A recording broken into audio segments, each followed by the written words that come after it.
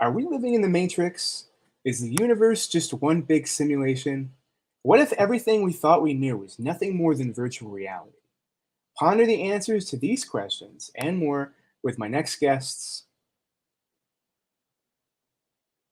Phillip McConnell Hello. and Radxbent. Hell, Hey, thanks for coming on, guys. of course. So starting with Phil, where are you from? Where are you now? And who are you as an artist? I am from Trent, New Jersey. My name is Phillip McConnell. I am a 31-year-old glitch artist. This brick effect is weird and it's like eating half my face. Yeah, it Uh, does. If you don't have a green screen, it does that. oh, that's dope. Yeah. I am from Trent, New Jersey, and my main form of art is called glitch art. Nice. I What did about answer you? the question, right? Yeah, no, that's good for now. What about you, Rad? Who are you? Where are you from? I'm on a stream. Sorry. Yeah. Sorry. My It's name all is good. Radcliffe. Short for no, it's not short for Rad. My name is Rad, short for Radcliffe. But yeah, I'm from Belmead, originally from Franklin. Alternating between Brunswick, and I do music and analytic philosophy and some glitch art from time to time. Nice. I didn't know you did good chart too, actually. Yeah, you know those videos I post on Instagram with all like the data moshing and stuff. Hmm. I don't know if you've seen them because I'm shadow banned. Cause Yeah, maybe not. yeah, you probably haven't seen it, but yeah, So how did you each become an artist in the first place? I I guess, can yeah, go sorry. first.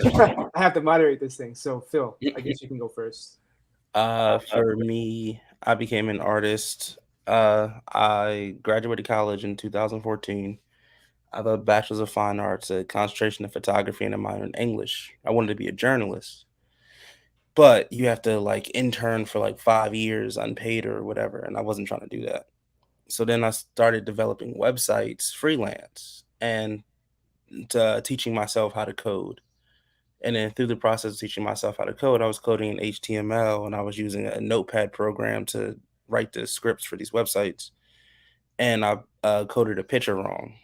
And when I went to go save it, it kind of distorted itself a little bit. So then I kept repeating the process and repeating the process and repeating the process. And now, 5 years later, I'm here, professional artist. That's really cool. I like how it was a total accident. Like glitch art Mm, itself is based on like creating intentional accidents in art, but you accidentally created that, which is like a step even further, which is kind of cool. Thank you. And you, so Rad, you it looks like were you also in journalism? Negative. I was actually an English literature major, just the general department. Ironically, that and God, I saw your photography. hand go up so when he said that, so I wasn't sure. Yeah, I was like, cool, nice Oh, respect. cool. Just the So English part, yeah, yeah. how did you start out as an artist yourself? Me, yeah, I guess of course me. For me, it was, let's think. I guess I was interested in English and reading at first, and then I was also interested in music, which I was doing recreationally until around 2015, when actually a few English professors called the cops on me over a few poems Oh that I wow. wrote in the tradition of the black novel. And I had my professor Ryan Kernan, who's like a associate of West. He was guiding me and stuff, and he was like, "Hey, this is just racism."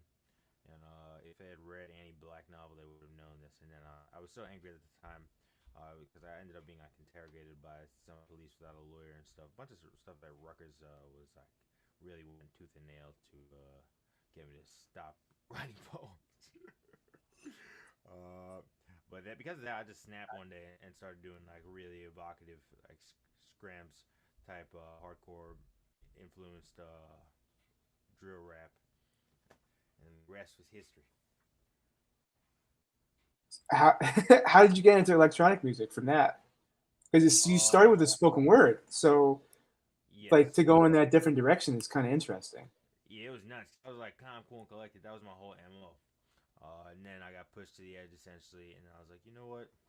It's time to. And everyone, like my friends, you remember, you may have known some of them. I don't want to just name them randomly, but they were like, you just need to put more emotion into your music, into your freestyles, Rad. And I just snapped one day, did some like straight, like old school, hardcore vocals, and then to get into electronic music, I had to start doing making the beats myself because I found it be less than proprietary to rely on others for like 50% of the art form. So I'm gonna go back to Phil and ask him, like, what can you tell me about your work in particular, and why do you like glitch art above other media? Why did you gravitate towards that? Uh, to be very honest, one of my favorite artists is Basquiat. And if you look at his work, it's very like analog glitch art. It's things are crossed out, things are misshapen, kind of things are very they're distorted in a way. Hmm. So for me, the transition into like moving from a physical space into a digital space, it's sort of how we look at everything now, how we look at the world. We look at the world through screens. So for me, looking at things through a distorted lens is trying to find beauty in something that most people see as a failure or a fault. Within these things, especially with glitch art as a whole, it's like it's looked down upon, especially when you start going into more fine art spaces.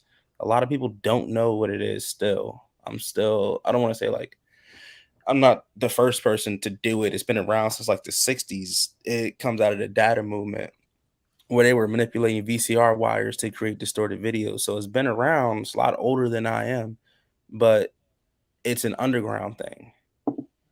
And for me, what I'm trying to do with it is bring it something more mainstream. So getting into higher spaces and showing it to the upper echelon of like art and things like that. That not everything has to be prim and pretty, not everything has to be hyper realism, not everything has to be just photography. Hmm. Sometimes these things can be other and incorporate other and still be just as beautiful and still as distorted. Well, I like that. That's a great explanation for like why you're into that sort of thing. And I think you're right. It's not necessarily new, but it's newer than a lot of other art mediums. Hmm. And it's funny. It's funny when an art medium isn't taken seriously because that's the history of like every new medium of art is that it's rejected by the people who are, I guess, in prominent positions, and then Hmm. bit by bit, it becomes more accepted through artists like you. So it's cool that you're doing that. I try. Want to help push the culture forward. So, same question for you, Rad. What do you think made you gravitate towards the type of music that you do now? And what do you think allows it to stand out above other music?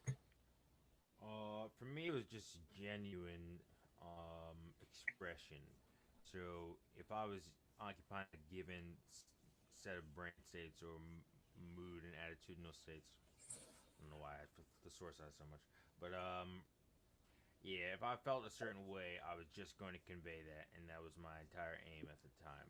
I had a set of interests which were very specific, given the type of music that I liked, and it was close to a like rave type electronic and also experimental sort of what's the word? There's one artist, Emil and Friends, who was very influential for my own music, and like Neon Indian and a few people, and just I was trying to gel that sphere together with hardcore punk, and like drill rap and like old school New York rap stuff, which was at the time nobody was really doing it, and it was just me being myself mainly, and then I continued to it, and then ever since then, what has kept me going forward, again, and similar to like what Phil was talking about, um, the career path I was going to prior to this in a different way, of course.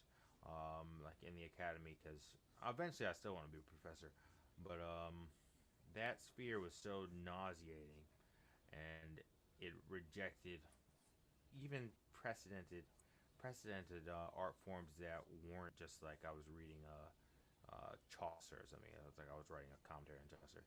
If I went anywhere else, then I would find a lot of the faculty that I was under the tutelage of were less well read than I was.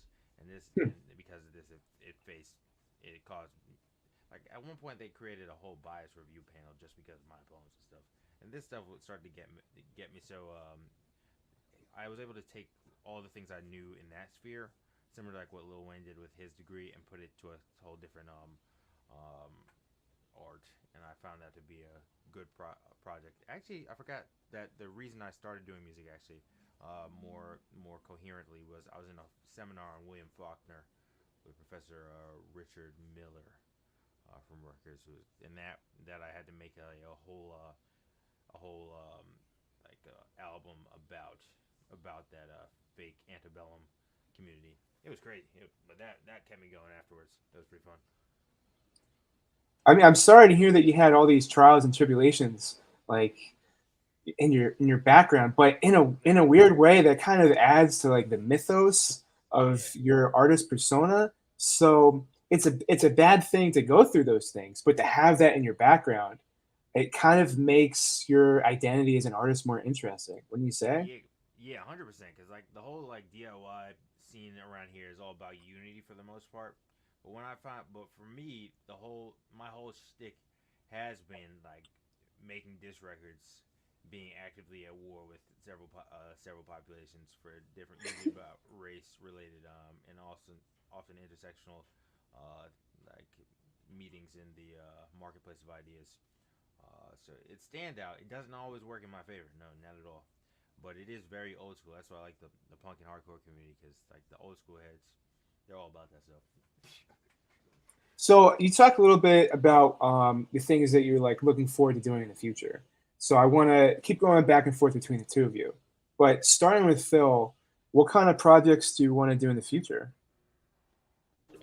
So for me in the future as an artist, right now I'm currently working on writing a play. That's The great. title of the play will be called Icarus Complex, and it'll be about the journey of an artist through like a bunch of Greek motifs and things like that. Uh, I'm writing a horror fiction novel that I've been working on for a couple years, so hopefully that'll be done soon. And then aside from that, just working on art shows. The next show I have coming up is a show called Context is King, where basically to give like a brief synopsis of it, a lot of the times within art, the a lot of times within art, the context is derived straightly from what the viewer sees. So the viewer sees a thing, they interpret the thing, and that's what the thing means versus what I want it to mean.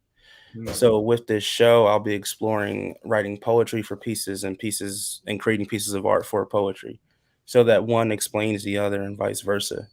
So within this, I get to control the context of what each piece means because I'm literally telling you what the piece is about and explaining giving you a visual for what the poem is about. So at this stage in my career, I'm just all about combining these different mediums that I do work in to try and I don't know. I don't want to say like bring them full circle, but just combine the different mediums that I work in. Yeah, you make lit art. You're writing not just poetry, but working on plays and maybe novels in the future. That is not something I expected to hear actually. So that's really I'm very busy interesting. all the time. Yeah, I believe it. Are there any other artistic mediums that you want to work in that you haven't already? Like maybe not now. Maybe you don't have enough time, but in the long Uh, far future. I would say if I had to pick one in the far future that I'm not already working in, I would say it'd be songwriting because What kind of poetry isn't a far departure from songwriting, but still, there's different nuances and stuff. Yeah, it's just putting those lyrics to music. So, all right, back to Rad now. So, similar question. You said you already had some aspirations for the future. but can you tell me more about specifically what you want to do and maybe elaborate on what mediums you might be interested in exploring Oh yeah, further totally. down the road? My first order of business or engagement is to complete my FAFSA again because I can finally go back to Rutgers, finish the goddamn degree. Uh, Thank God. But after that, I'm probably gonna go grad school for a PhD. Um, I'll do that eventually. Instead, well, not instead. In the meanwhile, however, I'm friends with Lil B, Bass God. He wants to fly me out to the Bay if he was not just saying this, but he wants us to put out a record. It's not clear how much time he has. If that does happen, that would be good because that would be like a pretty substantial uh, piece, and then I could work on marketing that more coherently. Otherwise, my goals, what might those be? I might just put out like a mixtape more coherently than I have in the past, because my skills in engineering have been increasing. Mainly because this one guy, Billy Hume, who posts all this stuff. He's working on like a bunch of Lil Jon and the East Side Boys records, a bunch of like that song "Throw Some D's on That." It's like this weird like hippie looking white dude. And he's just like, yeah, man. In the '70s, we didn't have computers. We just had these tapes. And he like does all this shit on Instagram, and it has like a shit ton of walkthroughs. So that shit was really helpful. I think I gained more in like 6 months than I had in like 3 years. But yeah, I just want to put out some music again because I took everything down, which actually worked. My friend who was like industry guy was like, yeah, you don't want to oversaturate the market. But yeah, I just want to do good things basically. TLDR. Also, I have a So Substack that I need to write more on. that's just like a publishing platform. Yeah, and that's like my greatest skill. My greatest skill is writing, but I hardly do it because I'm a lazy bastard. Well, it's interesting that both of you have like writing kind of in the background. Like I think maybe more people might know you for your art or your music, but at the core, you also have, you have ideas that you want to put into a pen and paper or text in some form. So it's I like that both of you are exploring a variety of media. That's fun. Yeah, like what Philip was talking about the prefatory notes, and like the stuff that is gonna further exposit an art form that otherwise the reader might just take upon surface value or their own biases or their own inferences. You might like if you've ever read The Fairy Queen by Edmund Spencer. I'm not sure, but the beginning. He has a preface that he wrote. This you could play with stuff like this because he created a guy that historians like. This guy didn't exist. He's like a preface note to Sir John whatever, and then he like wrote his whole epic poem, and he just disguised it as being a biblical work, disguised such that people would be entertained and not reject his preaching, even though he was just talking about Greek myths and Roman myths because he liked them. But it's interesting how you can divert a reader and attention to different results. Yeah, and what Phil was saying before is that everyone has a different perception of art. And that I think that kind of relates to the theme of this show, living in a matrix, because everyone has a different perception of reality too, their own unique ways of seeing the world and existing in it. So I'm gonna eventually move into the next segment, which is to share your art and music, because I finally finished rendering. Perfect timing. But before we show both of your work, can you tell everyone where they can find you online and how they can contact you? I guess Phil. Sorry. I'll go first. So for me, I don't really have a personal Instagram. So my regular Instagram is me_KON_EL.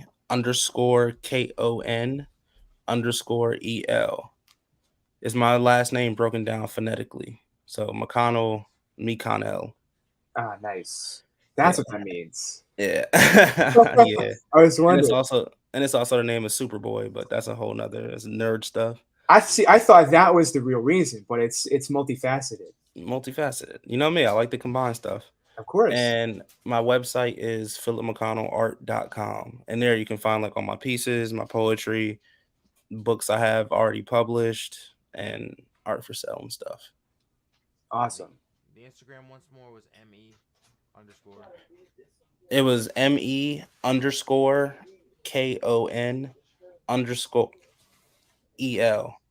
Okay, excellent. Thank you. That's dope. If you ever forget it, look up the name of Superboy. Okay. What about you, Rad? Where can people find you? You have a whole link tree, so Yeah, I have a link tree. If you go to linktree what the hell? I guess it's Linktree, but they have the dumbest domain. It's linktr.ee/Radxbent. Otherwise, just type in Radxbent. They should show up. Otherwise, my Instagram is Unyielding Rings of Hate, which I should probably change because it's so long, but I like it. yeah, that was a surprise. I'm like, oh, okay, who's this guy? Just started following me one day. Yeah, that was my nerd shtick was the medieval stuff. So I did like a shit ton of Renaissance and medieval reading and research into my old because that was what I was specializing in during the undergrad years, and I was like, yes, unyielding rings, as in reference to the rings of hell, or like for Dante's Inferno and whatnot, and then the hate thing being righteous hate. But that's not the hit. That's okay. We're here to learn more about you, and and that extends to social media profiles too. So, all right. Well, don't go anywhere because we're going to talk about another subject right after we play this file. But let me bring it up here, and we'll let it roll for 15 minutes. So give me one sec.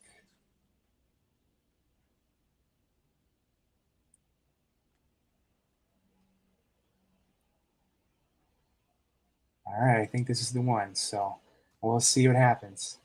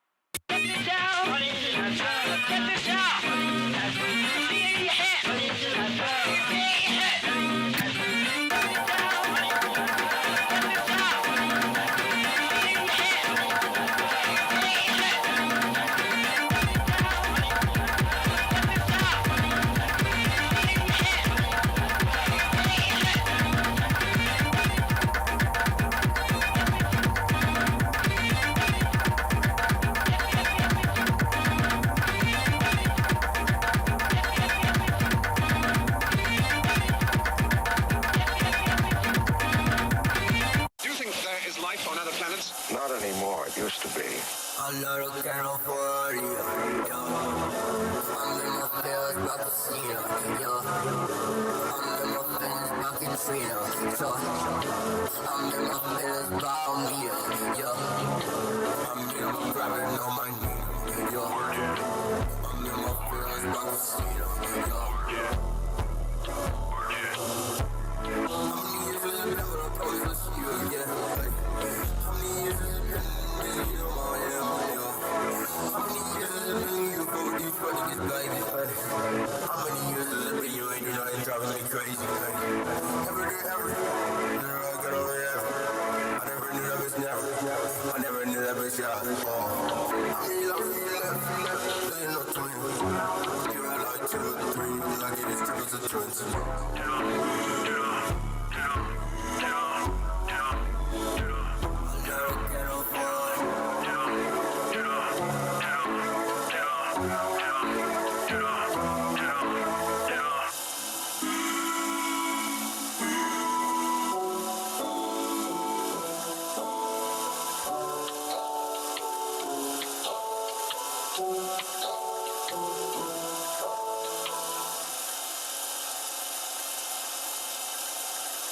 how many years has it been, but I promise I'll see you again, like, how many years has it been, you know, but it don't feel like you're hot, feeling like that new skin, you had like 2 or 3, like you was stripping some joints,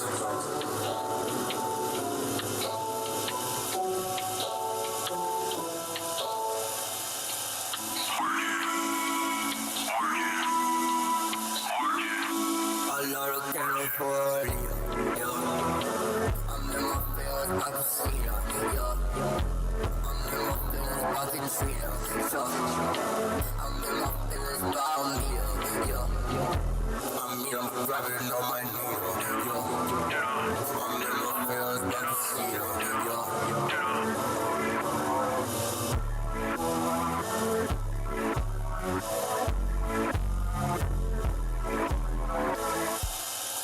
Do you think there is life on other planets? Not anymore. It used to be. I love the girl for you, yo. I'm in my feelings about to see you, yo. I'm in my feelings about Katrina, so I'm in my feelings about me, yo. I'm grabbing on my knee, yo. I'm in my feelings about to see you, yo. How many years has it been, but I promise I'll see you again, like, how many years has it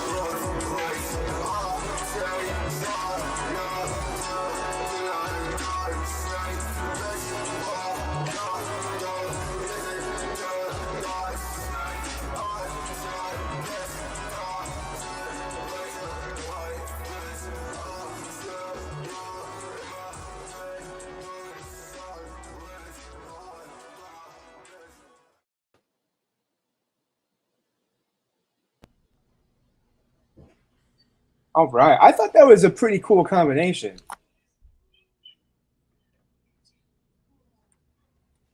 Yeah, they complimented each other at times. I of course was feeling critical because I squashed everything by an accident. Yeah, that's gonna happen. I was rushed a little bit. It sounds like Phil has to tap out a little early, but I wanted to get his thoughts on the last sort of segment of the show, which is, are we living in the Matrix? And what does that mean on either a sociological level, a technological level, or like a cosmological nature of reality level? What do you think? I mean, I would say it's a little column A, little column B with everything. Because I mean, a lot of things that we have now are controlled to a degree. You don't really know what's happening in any particular place unless you follow those sort of channels or follow things like that. But there's still a bunch of there's different ways to see and understand what's happening in the broader scope of things within the world. But a lot of people don't explore those avenues. They just take everything surface value. Sort of like how in the movie that's what happened. If you reach deeper, then you got deeper. But other than that, it was just everything was surface level. So, from your perspective, in a way, like the matrix that we're living in is, I guess, the sort of control of media and technology that distorts our perceptions of reality. Yeah, 100%. I mean, a lot of stuff is cultured and curated to reach a certain audience or to reach a certain demographic. Very rarely are things posted organically for an organic audience. Hmm. Everything is posted to reach somebody to give something.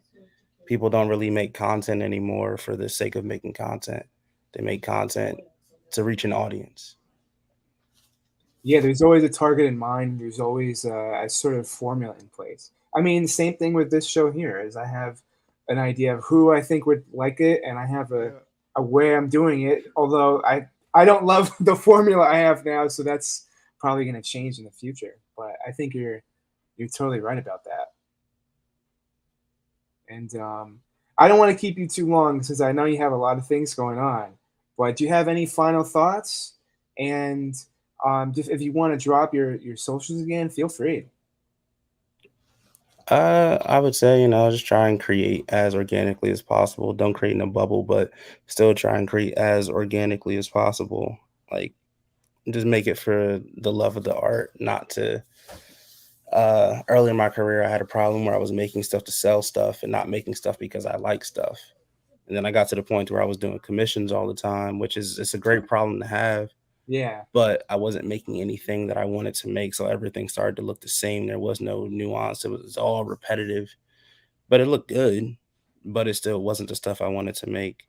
So now I'm at a place in my career to where I make things that I want. And granted, it resonates with people, which is amazing. It's more than I can ask for.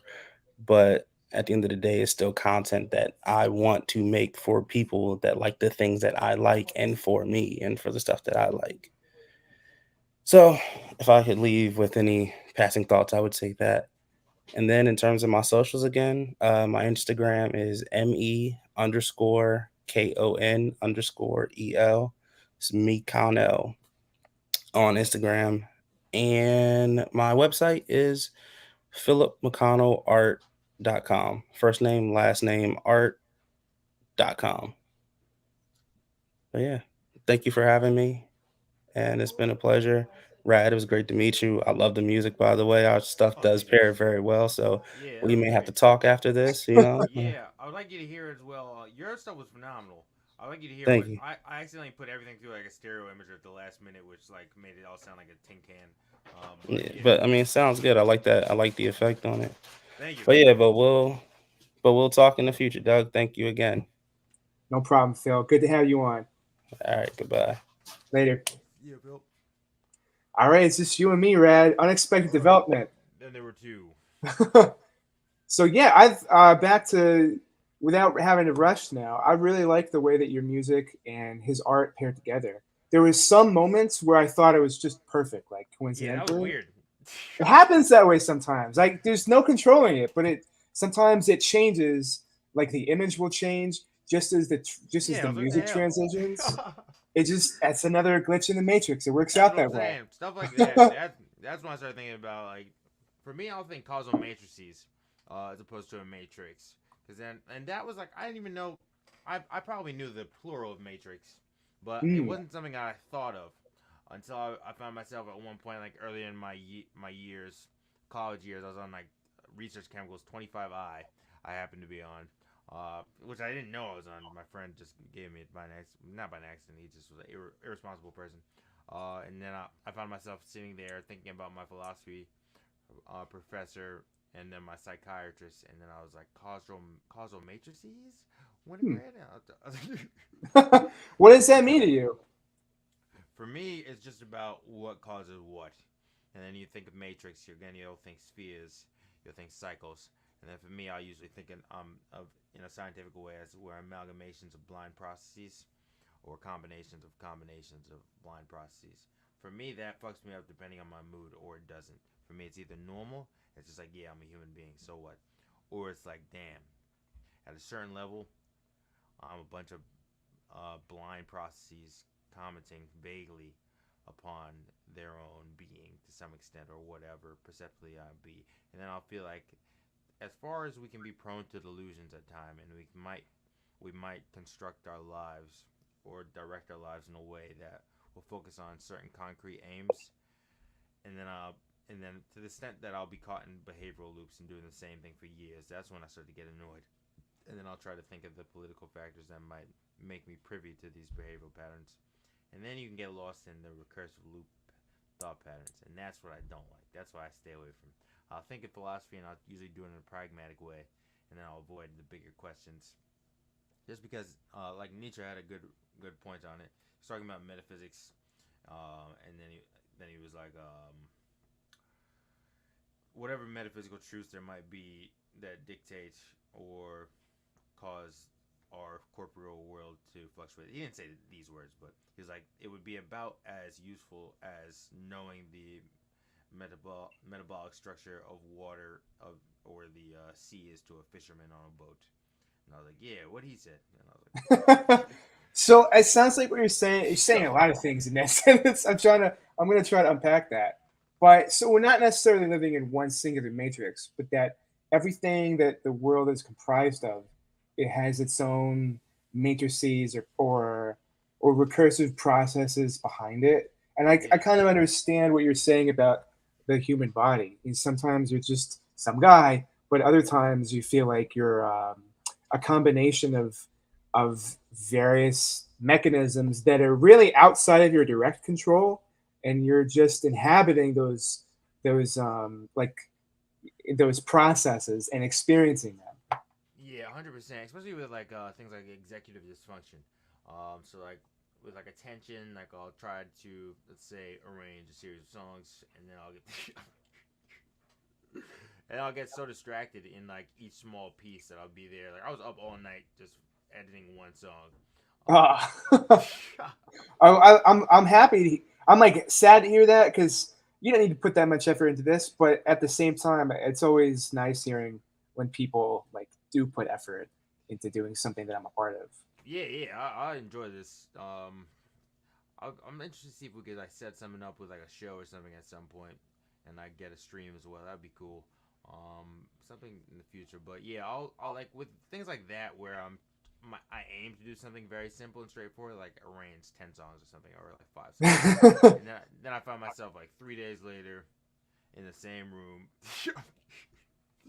ironing out like one small detail on the track. Things like those start to then when I start thinking about lack of free will and whatnot, and how that's just that's like one of the entry points for philosophy. Bertrand Russell wrote on it. He's like, yeah, this is one of the oldest dogmas, free will. It's like we know we don't have free will. It just doesn't make sense on a laws of physics inquiry type basis. And then depending again, like this will all depend upon my mood personally about how much I'll either rage against the machine or else I'll just go to work, as it were. Pardon the pun. Did you ever play Toontown, for instance? What a segue. Why does it sound familiar? I don't know if I have, but it sounds so familiar. Like Disney's World of Warcraft. You got to play as like a Oh. random toon, and then you would fight cogs, businessmen that worked for Disney, I guess. Huh. That's a weird self-reference in there. It was crazy. Early 2000s, undefeated. Like you fought these ugly, disturbing cogs that look like demons in business suits, and they would fight you. It was an awesome game. But it sounds like it. I have like a vague fever dream memory of that, but I don't think I actually played it. Probably just saw a trailer on like I don't. YouTube wasn't even around back then, so I couldn't have seen it then. maybe on fun TV. as fuck. Yeah, I kind of live my life like that. Like depending on how well I'm doing, based on like a physical way, I'll either be attuned with some bunch of idiosyncrasies and like behavioral behavioral shortcomings, perhaps in a psychiatric way, or else I'll be like going to work and doing everything at a high level. It's like one or the other, and then the Matrix is just getting lost in the sauce for me, and Hmm. or the Matrices. I'll be like, what the hell am I doing? That's the question I usually ask more so than anything else. What the hell am I doing at any given point? But thankfully, I've been doing quite normal things as of late. Well, that's good to hear. It's tough because there's three things to unpack from all the things you just said. Yeah, I know. I want to skip over that. It's all right. I've got a mental note of like, okay, check, check, check. But I think for a lot of great artists, the curse of perfectionism is can sometimes be productive because it means that you care deeply about what it is that you're making, and that will show in the results of your efforts. But on the other hand, you can get stuck in those recursive loops, like you're saying, where Yeah. for me, I've dabbled in audio editing and animation, so I understand what it's like to edit frame by frame and obsess over a single frame. But Yeah. for me, making visual art that manifests in the form of obsessing over a single pixel, and it's like, does this pixel really matter in the grand scheme of things? Sometimes you just have to step out of it because there's no way that you can, keep doing that over and over again. Yeah, Um, because the infinite window of growth and improvement as well. That's what I find entertaining in these things, but I also find it damnable in that you can just sit there forever and you'll be like, oh, I see I missed a spot. well, I like the way you put that. There's an infinite window for growth and improvement, which Yeah, is sounds like a great thing, but it can also be a setback because sometimes you just need to get something done. And I don't want to make this about me, but just as an no, please, aside, that's fine. that's why I moved more towards traditional artwork because you don't have that ability to constantly go back and forth. At Yeah, a yeah, certain point, you've fair, done all fair. you can do. Yeah, I remember I was doing. I was supposed to go to my art teachers in high school. They were vying for me to go to Mason Gross. Actually, like you have a natural because I did band. I was playing euphonium for music, mainly out of mainly out of what's the word? I don't want to say. Euphonium. Yeah, I don't want to say I was doing it out of practice, but yeah, because the pun, but out of habit because I started at a very early age. I didn't like it, but I did like music, and that's how I'm good at with composition is because I have the background with it. But at a certain point, I went to visual art, and then Mm. I enjoyed it a lot. And then I was like spending 3 months on one picture of a shrimp and one single piece of shrimp. And they're like, dude, you gotta get over the fucking shrimp. You gotta stop being such a perfectionist on the fucking shrimp. And they were letting me do it. Like, you have a natural gift. You have to go to Amazing Gross. And I was like, you know what? This is horrible. This takes so long. I just put the pencil down. Never drew again in my Oh God. life. But it's not like you never stopped making visual art again. It's just not through a pencil. Yeah, not through the old school and not through the old time away. Like I made the thing behind me basically, but used some prefabs. Oh, that's yours? Yeah, Oh, cool. usually because of copyright, I try to make my own stuff, even if I Yeah. just have to buy a vector pack or some shit. And put it together. This was frustrating as hell to make. To get the symmetry right, I had to do it on like InShot or yeah, all by hand.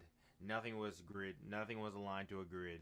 Oh, wow. It was hell. It was That's a hell. simple task to do when you have a grid, but to do it by hand, that Yeah. is difficult. Nothing was attached to each other. Like the hammer was not with the hand. That shit was so that shit was fucking annoying. But yeah, stuff like that you just do and you're like, why did I do this? Well, I still have those thoughts in mind from like one of your last ramblings. Yeah, please, So, thank you. Well, so one thing that stuck out to me is that you said you don't believe we have free will, but you also believe that we're in kind of like a video game, a la Toontown. well, I would not. I would not say these are my views. No. Okay, my mistake. I would say scientifically we have whatever free will we have has to come with an asterisk. So Okay. and then I would also accommodate because I say a lot of things in my random musings. Sure. But what I would say if I had to formally answer the question, because because I'll deflect a lot. I know that I'm prone to this.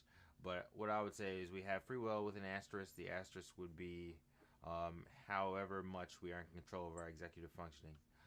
So if I can go to work, and here's where it gets dodgy because they're like, that's free will if I go to work. But if I go to work, I go to school, complete the tasks, basic tasks, keep myself in a shape for the marketplace, then I'm going to say you have more free will. But this might be a second order of your autonomy. And this autonomy could be understood as your, again, here's where it gets recursive, executive functionality. So if you suffer from disabilities, as I do myself, you may find yourself less privy or less having access to executive functionality, which will then inhibit your ability to gain further autonomy, which will further your executive dysfunction. So this I would view as a bad game, actually. Bad game. In the economic sense, perchance vaguely, because I know almost nothing about economics outside of philosophy of the economy to a certain extent. But yeah, a bad game, as though like you have a class that you're designated very early on, and then if you're nerfed, you're pretty much nerfed. This is where I start thinking about recursion, because I'll be like, damn, I'm nerfed as fuck. I got sleep apnea, a rare, super rare form. You got less than 1% chance. Like I'm black, disabilities, and I'm like, whoa, wait a second. These things aren't necessarily bad intrinsically, Right? but I'm like on aggregate in the marketplace in the late capitalists in the West. I'm like, whoa, yeah, I'm pretty fucked right now. So, gotta pull out all the tricks. So it's like playing. It's like if you could still compare it to a video game, it would be like playing a video game on hard mode, where your character's nerfed and other characters are OP. So how do you compete against that when they're, when they just have those extra stacks? Yeah, it's just so fucked. I'm like, I'll be doing like a shit ton of shit, and then I'll be like, all right, yeah, it's not gonna hold a candle to, like, let's say, some random idiot who just is fits into the homogenous herd, as it were. Like around 19, I started making these assertions. I was like, all right, I feel like a wildlife observer because I'm also autistic, and I'm like, yo, I feel like I'm just observing a wildlife documentary. These things are quite parallel for me. So now I'm like, hey, if I was a tiger, just to give another analog as opposed to just directly answering the question. Sure. Like if I was a tiger in a pack of tigers, or even though tigers, I don't know if they hunt in packs. No, they do not. I think they're actually solitary for the most part, but maybe a lion would be a better analogy. Yeah, a lion would be better. If I was a pride of lions, for instance, and let's not make it if I was a pride, but if I was one lion in a pride, depending on my rank in there, well, let's just say I was a cub, I'd probably die immediately. That's because the younger lions don't know how to inhibit play, and they often bludgeon, just murder newborn lion cubs. But yeah, that would start to be a lion cub. You know what I'm saying? What if I was like the head honcho, an alpha, as it were, or like a patriarch lion? Then I'll probably be chilling. And that's usually how it is. It's like usually I like these anecdotes because they're way easier for anyone to accept. Right. Instead of going into like a political paradigm, which are so easy to refute because cognitive dissonance is so ready for it. That's why I like philosophy, because it helps you evade larger scope questions, and you can delimit your claim, and you can get past so many like logic gates in the brain, or like cognitive barriers. That's why it's one of the reasons that I've been trained to not, even though half of the shit I just did off intuition, but it helped in the field. But it's really bad as far as going in the real world and like having normal conversation, as you can tell probably now. Well, it's sort of like I've talked to other people about this on the show. With the theme of the Matrix, where it's a useful analogy for a lot of different things, and it's a fun theme. But with that analogy, it's like, what if you were aware that you were living in the Matrix and that everything around you was computer code? How would that help you inside of the Matrix itself? Like if you couldn't make use of that, and if you were just, like you said, watching everything around you in a sort of detached way, whether that was a wildlife documentary or really perceiving things as a game, if that can't actually help you navigate through that game, is it really a good thing to know those things? I guess it Is would it depend on. useful? For me, it would depend on your mood. So another way it might depend on your code as a way. If you ever watch Free Guy, for example, I don't think so. with Ryan Reynolds. But that's like the whole fucking movie is that. It's like a commentary and it's like a parody of the Matrix sort of. And the guy's code and they're like pardon the spoilers if anyone wants to watch Free Guy. I don't know why. I kind of do want to watch it. Okay. I'm not. I don't know if I want to get spoiled right now. I won't spoil it. But it can help. It can help theoretically in that you might make decisions that you might not otherwise make. So for me, I view it like as an analog to like an intelligence quotient, which is just saying how well are you able to cope in the West, like cope meme. Cope. But yeah, if I'm able to do these things, like for me, for some reason my IQ is high. I don't understand why. In certain ways. And maybe it's just I think it has to do with natural selection. Because if I didn't have, I think it's just genetic to a certain extent. Other parts, whatever. Who knows? Who the hell cares? Who the hell cares? But for me, I don't care about the intelligence by itself, but it has extended my lifespan a lot. So I view like knowing things as a form of intelligence because it just is. So like if we were in a simulation, it wouldn't be clear. Just like if we were in a simulacrum. So, Simulacrum. yeah, well there you go. In that it might not be immediately clear what the hell is good. It's good for, but let's say if we were in a video game or if we were like in this computer and that we weren't looking at images of ourselves, it may become clear at some point that if we'll have an advantage is what I mean to say. You might have an advantage and you might be able to do things you wouldn't otherwise do. But if you ever did you watch WandaVision, for instance? No, I didn't watch that yet either. You would love it, yeah, Or especially what? with this mode of inquiry. That drove me nuts because I was thinking about the recursion. I used to think of emulation more than a simulation. That was more compelling to me. Oh, okay. Simulation would be like, what are you saying that I'm a simulation of what? I would be like, but if you're saying I'm emulating an actual world, that to me would be way worse. So I'd be like, That's an interesting distinction. What's the difference in your eyes? I forgot the actual distinction. I know simulation is gonna be like it's not. I guess it's less clear what's happening. Emulation for me would be like I'm just not a real thing. I'm just like a picture essentially of something else that is supposed to be run through as like an example or something. I don't really. Because when I think of when I think of emulation, I think of like a video game emulator Yeah. where you're kind of playing the original game, but it's really not the original game. It's like ported to a different medium, I guess. So yeah, that's weird. and that would be worse. Yeah, right. Wouldn't that suck? And then I also think about like spatial temporal locations and relativity and shit. I'll be like, yo, so to some extent, my life is just there, as though like a point on a map with some sort of observability, and like I'll experience things here and now. However, I'll always be aware, like from when it helped me at times when I was like 13 and whatnot doing homework. I was like, there's no distinction as far as the sensation right now that I'm having from when I was in preschool and kindergarten, wanting to leave that environment and go home. I was like, I still feel that, like right now, again, it's an uncanny experience. I'm like, there is the past that I can recall and recount with different levels of recall bias, but again, it's like I'm just there, and I'm like, this kind of fucking annoying. Depending on my mood, or I'll be like, this is great. Like one time I was in a good mood, and I was like, this is great. I'm liking the here and now. Can we have any more of this?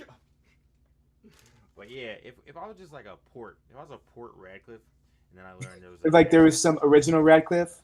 Yeah, I'd be like, and I'm just well, there are. You should read Derek Parfit actually. Derek Parfit, who unfortunately passed a few years back, but he's the top. But actually, he wouldn't even say it was unfortunately, based upon his writing. But he wrote upon personal identity in his tell-all Reasons and Persons, which basically he addressed everything in philosophy basically. It's a wizened old dude. He was like the top philosopher in the world.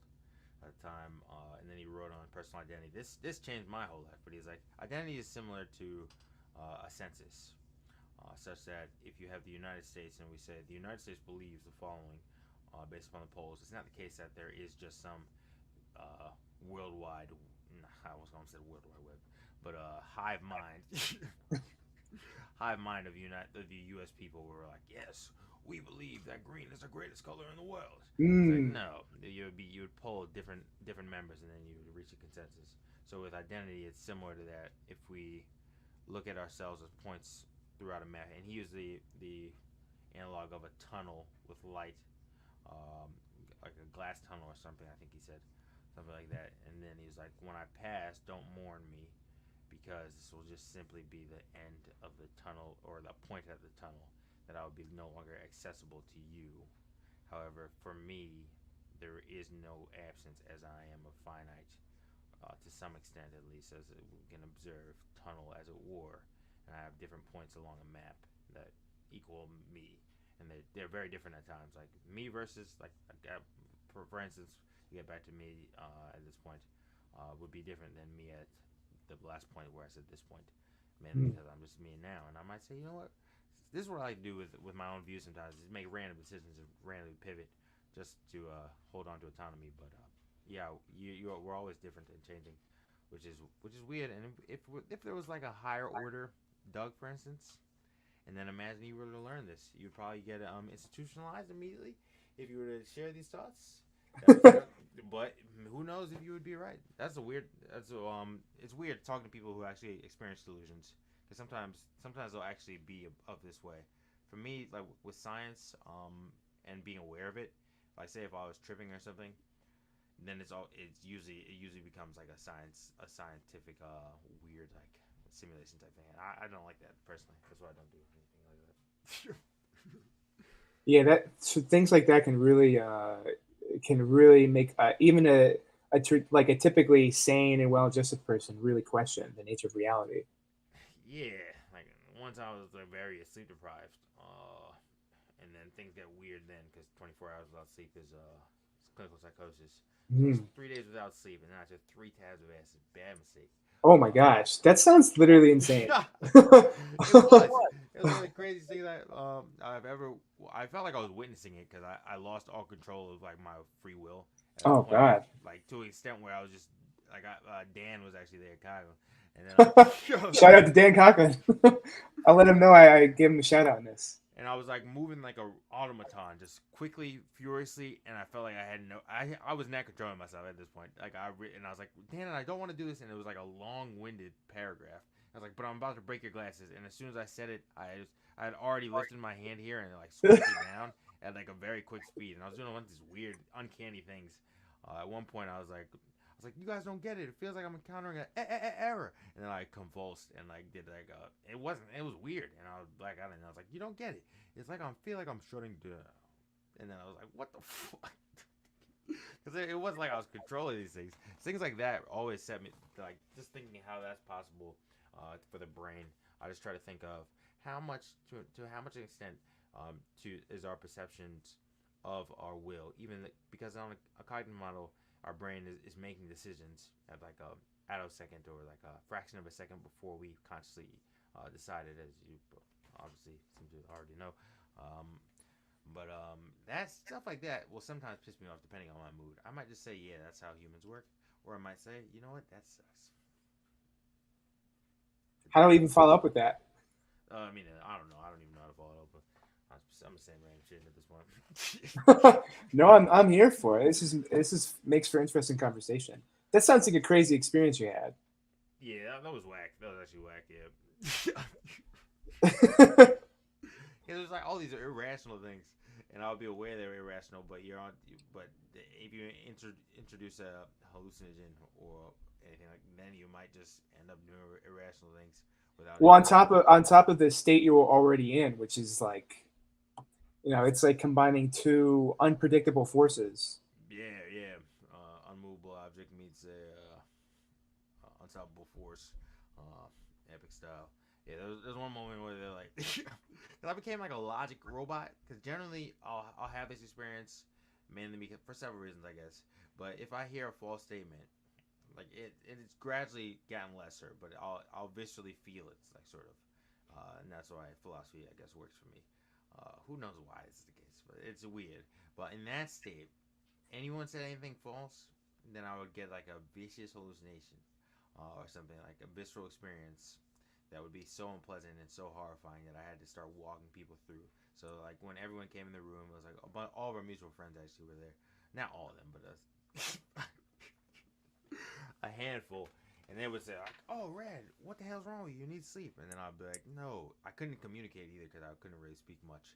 But I was like, "It's not just that I need sleep, but you had to accommodate. Everyone had to answer correctly. They had to accommodate that it was need of sleep and it was the acid. If they did one or the other, then I would be, like shout out an error code. It was weird." But So that felt like a false statement because it wasn't a complete statement. Yeah, it had to be a completely, totally true statement. And then the only thing that would calm me in that period was the idea of Derek Parfit, actually, because he was alive at the time, and he was in Oxford. He had to come back from Oxford because I figured the only person who could really limit their claims and speak to me in the way that I wanted to be spoken to would be a wizened philosopher who was very empathic. This guy was empathic as fuck, and wouldn't make the mistakes that were making, just to calm me down. But that was weird. That's weird. I don't know. I guess autism. Who knows? Who knows? Yeah, but it's difficult to convey what I mean by the sensation, because that stuff is just weird. It's just really weird, and there's no way to really recreate it in words. Yeah, I mean it's a little hard to follow, but I think you're doing a decent job of depicting that scene for me, and I can relate to some of those experiences, so it's not completely alien to me, but it's it feels like you stepped out of the Matrix a little. Yeah. Without meaning to. 0 out of 10 would not recommend. Definitely would maintain your hold on the corporate world as much as possible. Oh man, you know what? It's like a fifth taste profile. That might be a good analog. A fifth taste profile, like umami or something. Yeah. Like it's difficult. Someone was trying to convey it the other day, and they didn't. I understand. With the word. Yeah. Even though they were trying to convey what made their culture's food different than American food. Yeah, how do you describe something that for someone is so ingrained, but for someone else it's just a foreign concept? Yeah, and then I was sitting there, I was like, I know the word you're looking for. It's called umami, but I didn't say anything. But I feel like that's how conveying the uncanny can be, which is what I was trying. And a good thing that conveys it is Moby Dick, the book Moby Dick, and that's the last random thing I'll say. You've name dropped so many different literary works. It's kind of impressive, actually. It's clear that you've read a lot. Yeah, varied results. Thank you. Well, you know what? I'm having a really good time talking to you, actually, and I feel like we could probably keep this going for a while. But yeah.